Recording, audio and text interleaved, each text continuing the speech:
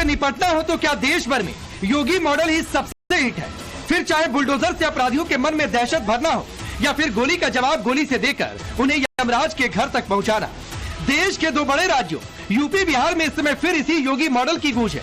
UP में अवैध धर्मांतरण के व्हाइट हाउस को आज मिट्टी में मिला दिया गया, तो बिहार में खेमका मर्डर केस में वेपन सप्लायर पुलिस की गोलियों से ढेर हो गया।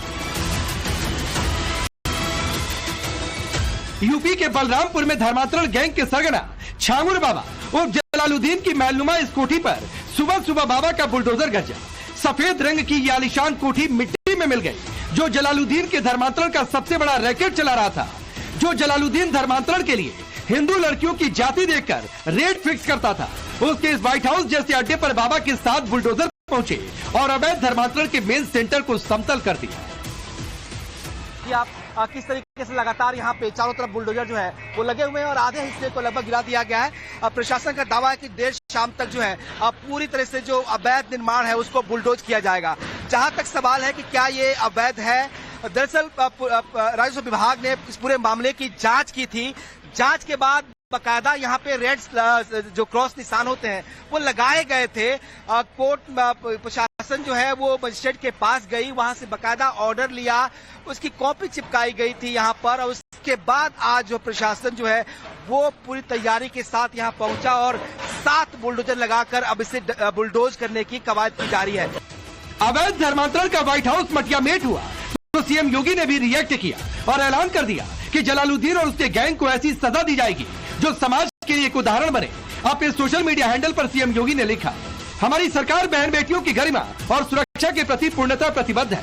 प्रारंभिक जांच में सामने आया है कि आरोपी जलालुद्दीन की गतिविधियां समाज विरोधी ही नहीं बल्कि राष्ट्र विरोधी भी है। उत्तर प्रदेश सरकार कानून व्यवस्था को लेकर किसी प्रकार की ढिलाई नहीं बरतेगी। आरोपी और उसके गिरोह से जुड़े सभी अपराधियों की संपत्तियां जब्त की जाएंगी और उन पर सख्त कानूनी कार्रवाई की जाएगी। राज्य में शांति सौहार्द और महिलाओं की सुरक्षा को भंग करने वालों के लिए कोई स्थान नहीं। उन्हें कानून के अनुसार ऐसी सजा दी जाएगी जो समाज के लिए एक उदाहरण बने। बेटियों बहनों के जीवन को बर्बाद करके जो उसने काम किया है, मैं समझता हूं कि राष्ट्रद्रोह जैसा गुनाह उसने किया है।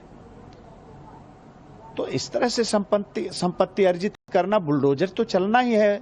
अभी तो 18 लोगों के नाम सामने आए हैं। कोई पूर्व मंत्री का भी नाम सामने आ रहा है, एक धर्म विशेष के मंत्री का। धर्मांतरण गैंग के मास्टरमाइंड जलालुद्दीन का अड्डा मटियामेट हुआ तो सपा की ओर से रिएक्शन आया। सपा ने सरकार की बुलडोजर नीति पर ही सवाल खड़े कर दिए। तो सवाल है कि धर्मांतरण गैंग का सरगना जलालुद्दीन उर्फ छांगुर बाबा एक खास समुदाय से, तो क्या वोट बैंक के चक्कर में ही सपा इस बुलडोजर एक्शन का विरोध कर रहे हैं?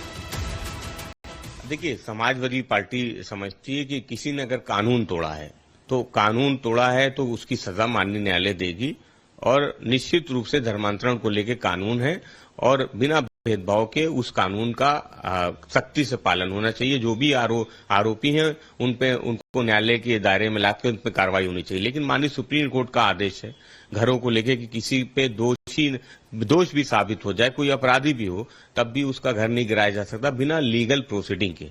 तो जो सरकार की नीतियां हैं, ये कोई पहला मामला नहीं है। लगातार इस बात को लेके कहा जा रहा है कि बुलडोजर एक्शन वो सेलेक्टिव है, वो बिना नोटिस के चलता है। तो आज भी बुलडोजर एक्शन हो रहा है।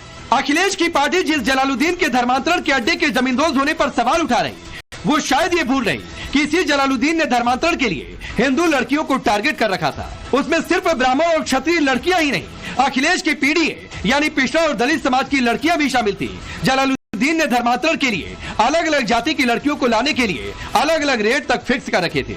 ब्राह्मण, सरदार और क्षत्रिय लड़कियों के लिए 15 से 16 लाख रुपए दिए जाते थे। पिछड़ी जाति की लड़कियों के लिए 10 से 12 लाख रुपए का भुगतान होता था। अन्य जाति की लड़कियों को लाने के लिए 8 से 10 लाख रुपए दिए जाते थे। जलालुद्दीन की घिनौनी साजिश का पर्दाफाश हुआ तो उसको लेकर कई सनसनीखेज खुलासे भी हो रहे। बुलडोजर एक्शन के दौरान जलालुद्दीन के सीक्रेट अड्डे से शादी की एक एल्बम मिली जिसमें कई सारी तस्वीरें हैं। पुलिस जांच कर रही है कि यह किसकी फोटो है। इस बीच यूपी एटीएस सूत्रों का दावा है कि जलालुद्दीन के गिरोह का नेटवर्क यूएई में भी है। एटीएस सूत्रों की माने तो इसके गिरोह के सदस्यों ने अलग अलग नाम से पासपोर्ट बनवा रखे हैं। एटीएस को शक है कि गिरोह के सदस्य खाड़ी देश के संगठनों के इशारे पर धर्मांतरण का रैकेट चला रहे थे। अब योगी मॉडल की गूंज की दूसरी तस्वीर देखिए। बिहार में गोपाल खेमका हत्याकांड के लिए हथियार मुहैया कराने वाले विकास उर्फ राजा को पुलिस ने मुठभेड़ में मार गिराया, तो आरजेडी नेता मनोज झा इसे सत्य का एनकाउंटर बता रहे। उधर बीजेपी जेडीयू ने पलटवार करते हुए इसे बिहार सरकार को बदनाम करने की साजिश करार दिया। एनकाउंटर में सत्य का भी एनकाउंटर होता है। वो पूरे तार क्यों नहीं पता चले, वो पूरी जो एक ट्रेल कहते हैं वो क्यों नहीं पता चला। हेडलाइन मैनेजमेंट कर रहे हैं आप, क्योंकि सरकार नाम की कोई चीज नहीं रह रही है। मुझे बीजेपी वाले क्या कह रहे हैं इसकी कोई चिंता नहीं है, टिप्पणी लायक नहीं समझता। बिहार करा रहा है, इस ढंग का उपद्रव करके बिहार सरकार को बदनाम करने की कोशिश कर रहे हैं। और आज उछल उछल के लोग जा रहे थे उसके घर पर, अभी तक नहीं पकड़ाया है। और फिर कल से इन्हीं की आवाज खुलेगी कि अपराधी की हत्या नहीं बल्कि नागरिक की हत्या हो गई है, ये कहेंगे।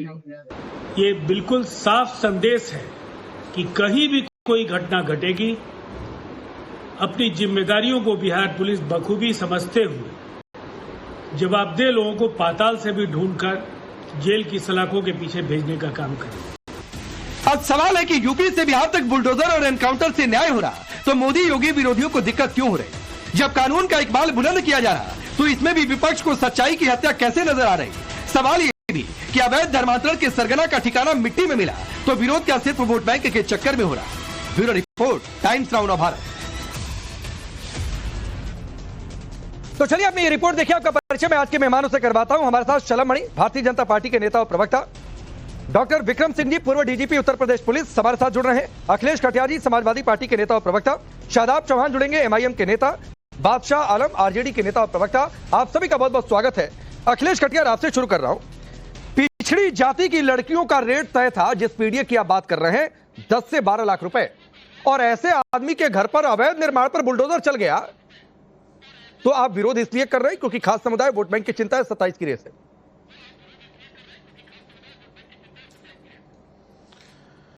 राकेश जी नमस्कार।